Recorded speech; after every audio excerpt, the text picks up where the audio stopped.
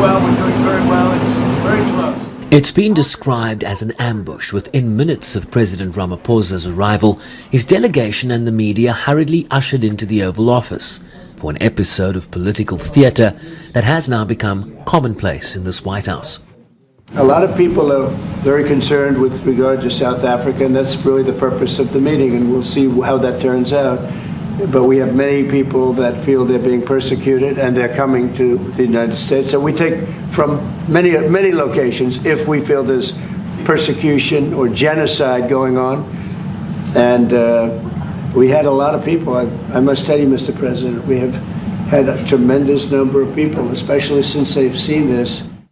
Despite the barrage of misplaced claims, including that when white people were murdered, their land was confiscated, even at one point likening it to a reversal of apartheid, Ramaphosa pushed back firmly, but with a clear intention of not upsetting the entire apple cart.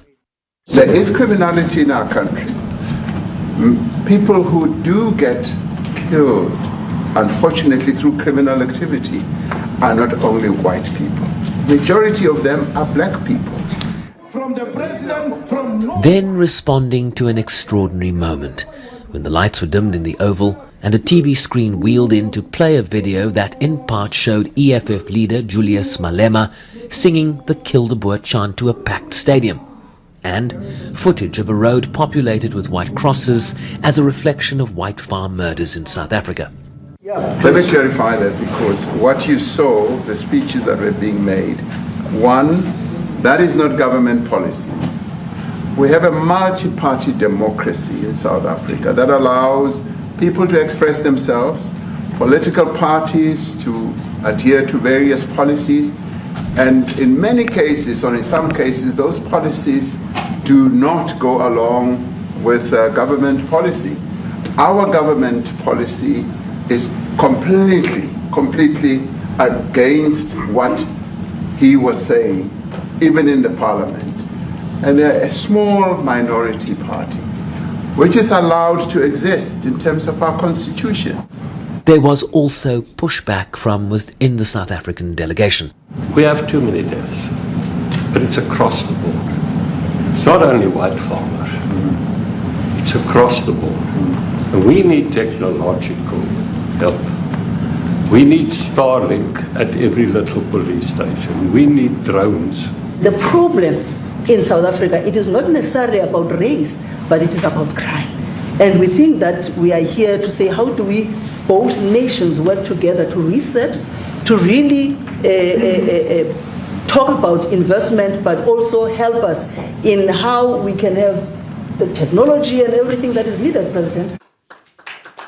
Later, at a separate briefing, Ramaphosa struck a positive tone on the road ahead, including greater participation of the USA in the G20 and a new trade and investment framework presented to the United States. There will continue to be engagement between South Africa and the United States officials, particularly the trade and industry level, to deal with the package of issues that we had tabled that have to do with trade and investment. And if you like, Minister Tau will be able to outline some of those that are now being given serious consideration by the United States. So I was rather pleased that there's a firm agreement and undertaking that we are going to continue engaging. So there's no disengagement. He conceded that the relationship had been contaminated by a number of issues, including the ICJ case against Israel, South Africa's positioning in the Russia-Ukraine conflict, and the Afrikaner matter.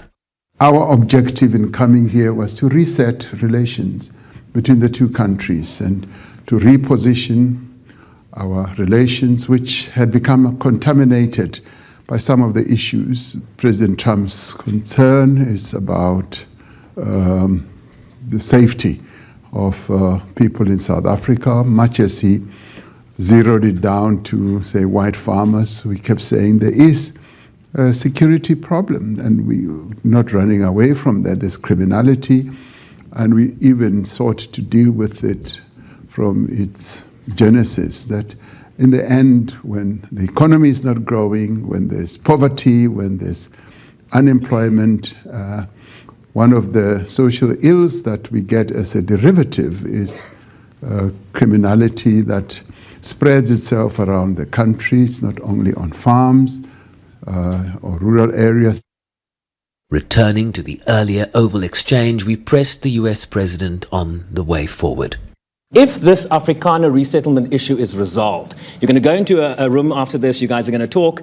If it is resolved, what is the potential for the future-looking relationship between the United States and South Africa? It's got to be resolved. It should be resolved. It's a little bit bad when you see a stadium with 100,000 people in it, because that means it's more than just a little movement. It's a pretty big movement in South Africa, so it has to be resolved. It'll be the end of the country. But is there potential for the relationship moving forward? I hope so. You going to the G20 in November? I mean, I'm not here for my health. I'm here to see what it is. No, I'd like to see. I have friends. I can tell you, Ernie Els and Retief Goosen, they feel so strongly they wanted to be here on behalf of South Africa, not on behalf of me. Yes. And, you know, they said, can we be here for this? Because they love the country. Despite the positioning of each side, the proof of this relationship's trajectory will be based on an expansion of the trade relationship, be that within or outside of the African Growth and Opportunity Act's framework, and perhaps less talk of genocide in the context of South Africa. Sherwin Bryce-Pease, SABC News, Washington, D.C.